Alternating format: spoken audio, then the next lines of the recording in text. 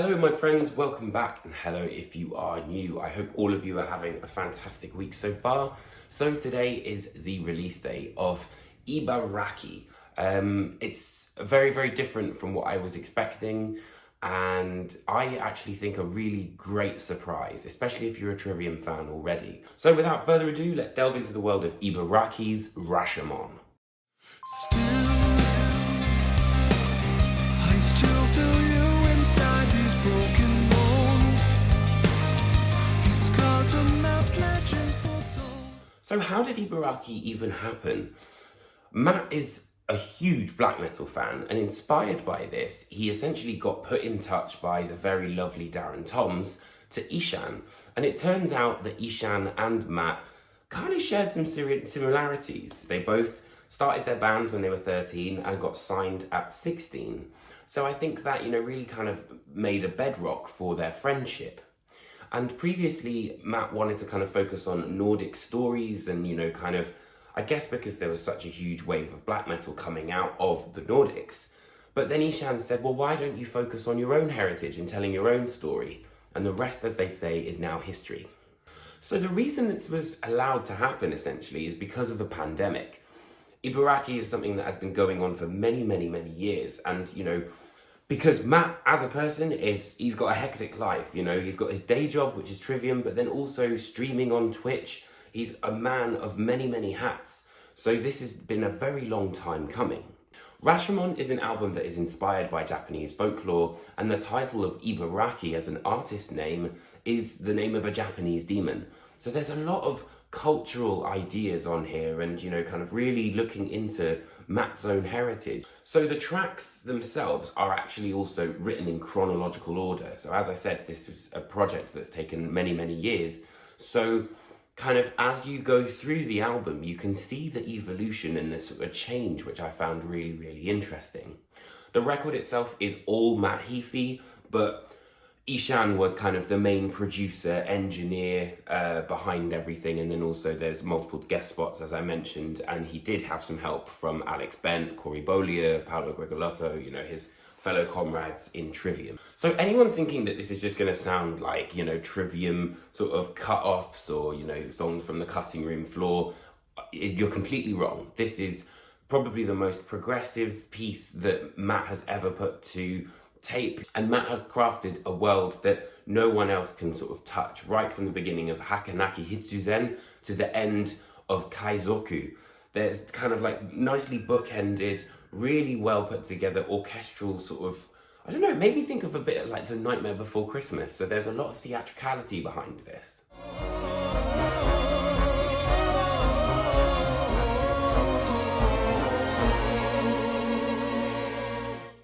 Right from the word go, there's an experimentation in the guitars, his vocals, the way the songs have been written, the kind of structure of the song as well. It's totally different to what you would expect from Matt Heafy. One of the best examples for me is Jigoku Dayu, which I think is probably the most progressive song on here. There are elements sort of like, especially in the latter half of the track, it's quite a long song, which made me think of like the melodies, the rhythmic patterns of Opeth or maybe a Storm Corrosion, that sort of thing.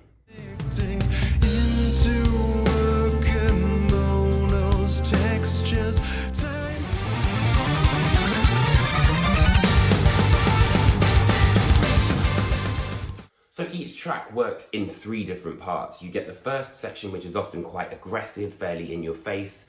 Then the second section sees things kind of fade out a little bit. Some of the instruments will pull back and there's a bit more of a sort of serenity. And then the third section, you'll either get, say, maybe the main riff from the chorus or sort of the riff that started the song off that comes back full circle to create kind of like a big climactic moment. Cracks a little bit, which I kind of really like on Susano no Mikoto.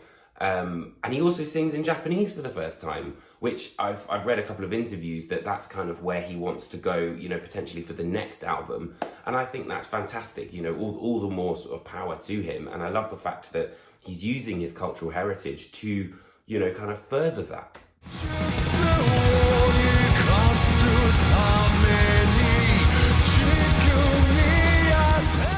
There's also kind of more tongue-in-cheek sounds, like you've got Nintendo game, I guess it sort of sounds like, you know, when you get a coin in Mario, which opens up Tamashi no Hokai.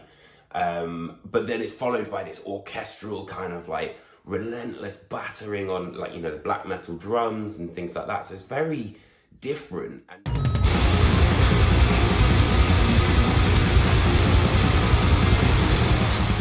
There's also synthesizer throughout the record, or keyboards or things like that, which I thought was really cool. It's in Jigoku Dayu, Akumu, and Ronin as well. Those are kind of some of the best examples of it.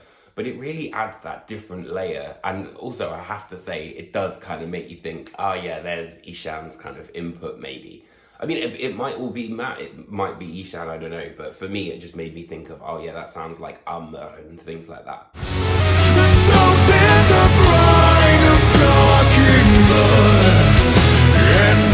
So as I mentioned, there's guest features on here as well, and there is an all-star cast. On Akumu, we've got Nurgle, who on that song, I think literally that riff was practically made for him to sing over it. It's dripping with malevolence. Then you've got Susano no Mikoto, which features Ishan and is quite like raspy, sort of, yeah, which I really, really enjoyed.